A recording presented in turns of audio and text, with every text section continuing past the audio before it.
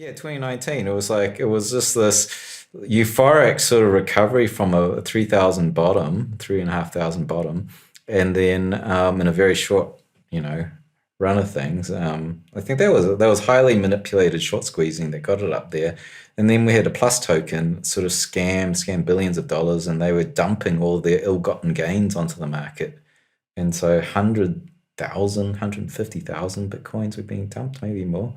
And so that marked the 14,000 top. And then we were in this sideways chop downwards from 14,000 to 10 to, down to 6.5. And then it went up again. And then we got a little bit of euphoric. And then COVID happened and it whipped down. And then we got into this, the whole world changed and everyone went risk off for a while. We looked at gold as a safe haven. Bitcoin was being lambasted as a failed safe haven, and all it did was trade this correlation with equities. And,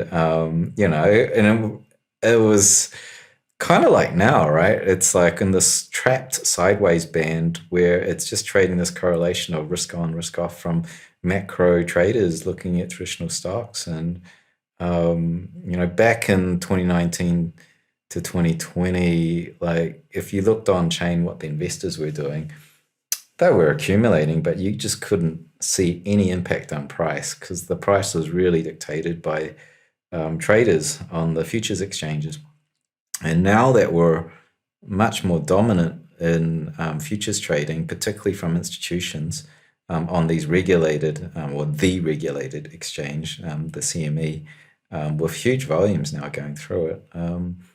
The price of Bitcoin is not like, doesn't really reflect what hodlers are doing so much. Oh yeah, totally. Like the way that the price is behaving right now is so different from where it was, in the first half of last year. Um, and yeah, it's changed so many times though. That this is like, I feel like it's like, coming out of the 30,000 bottom that was like sort of June, July. That rally was quite different from others, and I think that was a transition where, in that rally upwards, that was when the futures ETF started to go live.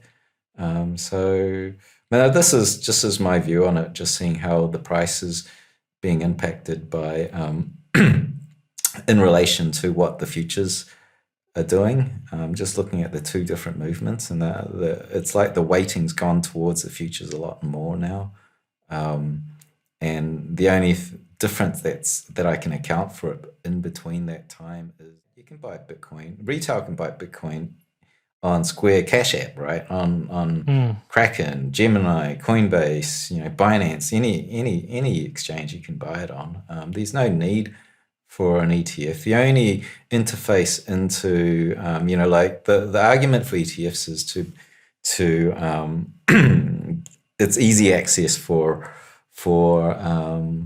effectively the stock traders, right? And you might say that might be like the older generation, Gen Xers, the boomers that have, they call up their brokers and whatnot. But in reality, I think it's um, it's a very good instrument. The futures ETF, um, if you're an institutional trader, because it's fully regulated. You can either trade the CME or you can trade the equities. But if you're going to buy Bitcoin to hold, you'd be an idiot to buy the ETF that's currently structured, right? Because it's so expensive to hold it. Mm. Just the way it's structured, you're paying, what is it? Like you might be losing 15% per year by holding that, because you're buying futures, and futures is effectively holding Bitcoin by renting the house rather than buying the house. Would a spot ETF change that then?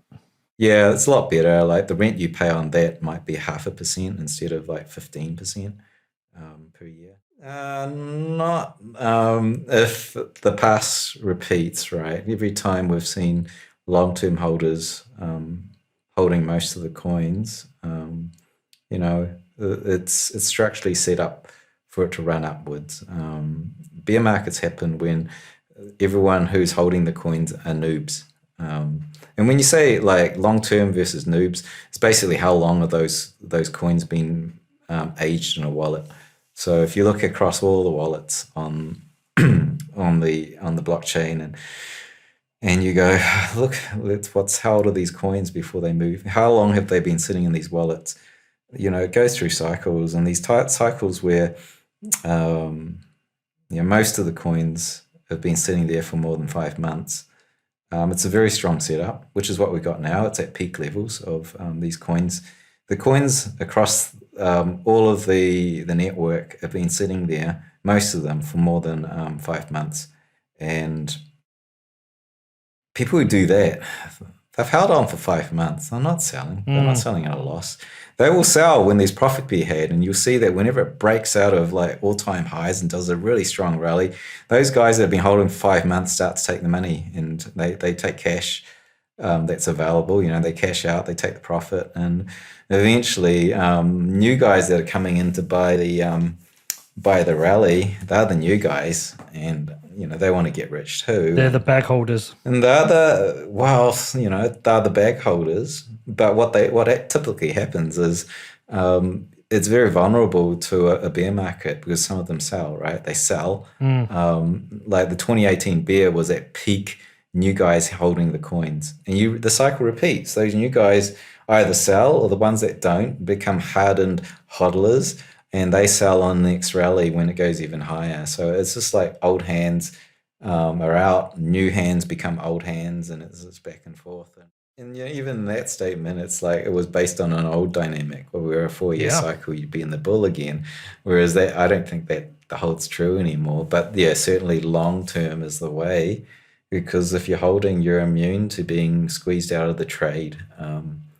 But like this is this is a Bitcoin channel, and of course we hate altcoins, but like You on don't this hate channel, altcoins. I don't, but I'm saying this channel is generally the thing is with altcoins is that they're very easy to trade because they're not efficient, right? And so they obey technicals very, very well. And once it's rallying, those things can go to the moon because there's no real well-developed futures market take the heat out of the market. So they'll go fully exponential and they'll fully collapse like Bitcoin used to do before futures instruments. So, and then if you're an NFT trader, well, hell, it's like going back maybe like 7 years and trading Bitcoin because it's just like to the moon, right? So there's always new instruments, and I see a lot of the Gen Zs and the younger crew with somewhat maybe less capital. If you want to like trade and do all that stuff, certainly